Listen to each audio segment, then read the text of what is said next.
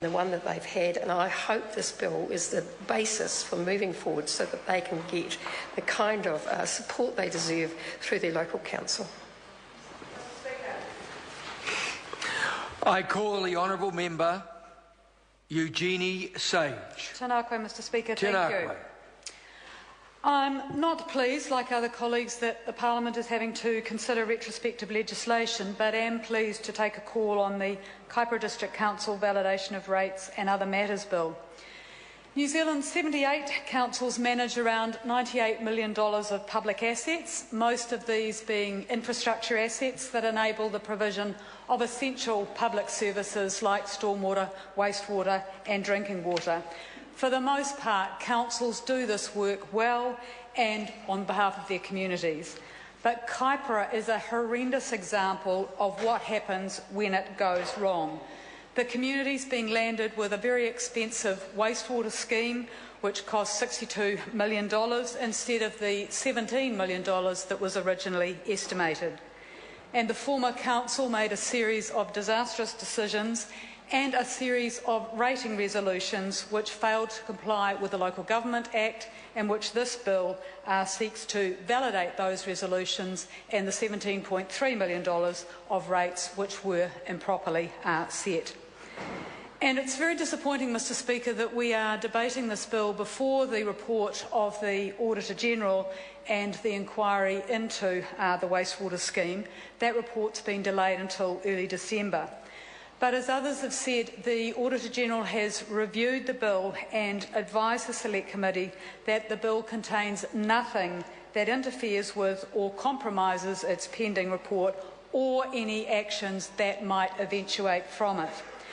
And Mr Speaker, if the report does identify shortcomings in the work of Audit New Zealand in relation to the Council's financial statements, then some compensation from Audit New Zealand may well be in order.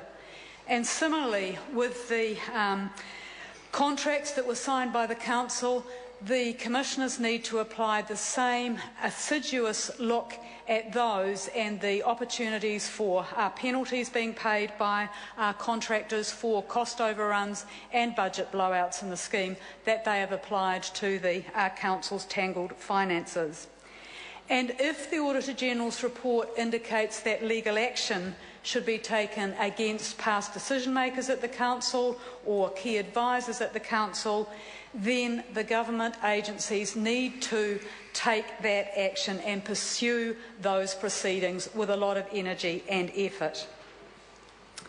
So we're very pleased that the Select Committee decided to amend Clause 14 of the bill, which makes it very clear that the bill doesn't remove the right of anyone, originally it was only the right of the Council, to bring proceedings against anyone connected with any acts or omissions associated with the matters validated by the bill.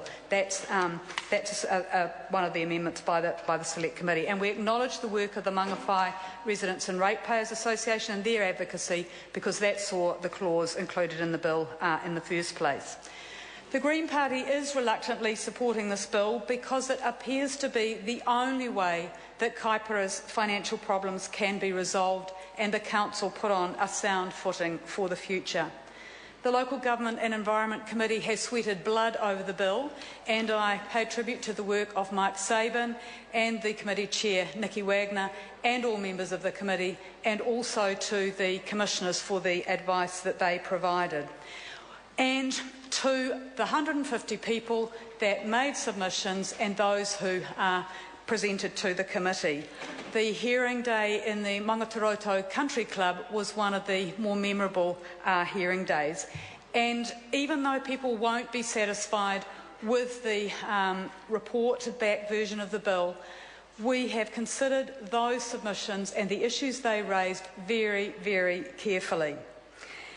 And Mr Speaker, one of the reasons the Green Party is supporting the bill is because of the evidence that not passing it would significantly increase the costs to the wider Kaipara community. It has a very small rating base of 14,000 properties. But the evidence that the Commissioners provided was that the longer the bill takes to become law, the larger the amount of rates that are being withheld, the larger the Council's funding deficit or deficit funding problem. So at the end of June of this year, the rates being withheld totaled $3.85 million, or about 12.5% of the rates set. That's created a significant funding shortfall, which has meant that some capital expenditure has had to be deferred. If it continues, there are likely to be cuts to services. And the Commissioners estimated that not passing the bill means that the cost of delay would total about $530,000 a month, and that is likely to lead to cuts in services because of the cost of refinancing the debt and also amending the long-term plan. So it won't be popular, what we're debating today, but would like to pay tribute to the work of the Mangawhai Residents and Ratepayers Association, because they blew the whistle on what was happening at Kaipara. They did that over many years, and it wasn't until relatively recently that government agencies started to listen. And we heard repeatedly from submitters that people who were withholding their rates were law-abiding citizens, that they normally took payment of rates very seriously. But the fact that they were so frustrated by the failure of authorities to act on the recognised problems at Kaipara was led to their frustration, led to the withholding of rates. So it's been the agreement that the Select Committee negotiated through Mike Sabin with the Commissioners that they would agree to waiving the penalties.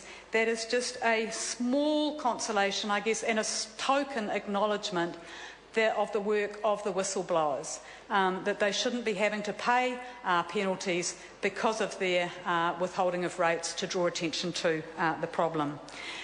But also, Mr Speaker, the fact that people need to pay rates recognises that they are getting their services, as Darian Fenton noted, and that those services have continued to be provided by the Council to everyone in the community. So we also support the bill because of the evidence that the Council stood to lose its share of funding from Transit New Zealand for the maintenance of local roads. So again, if the problem continues, then there is a wider cost that the whole community bears. So it's been a pragmatic decision that if we want to get Kaipara District Council's financial problems on a much sounder footing, then the issue needs to be resolved, and the bill, by validating those improper resolutions in the past, is a way to do that.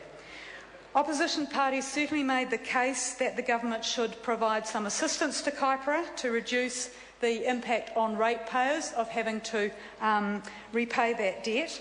This was rejected on the basis that the government didn't want to set a precedent for other local authorities, but we call on the government to reconsider this once the Auditor-General's report is out, and whether some assistance could be in the form of a suspensory loan to the Council.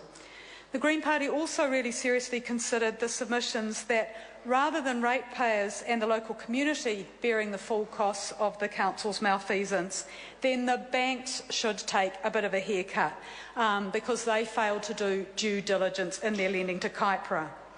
The response here was that this would mean that interest rates for council borrowing across New Zealand would increase significantly if banks regarded local authorities as a less than secure lending proposition. So what may result in a fairer solution in Kaipara would potentially cause inequity over a larger area.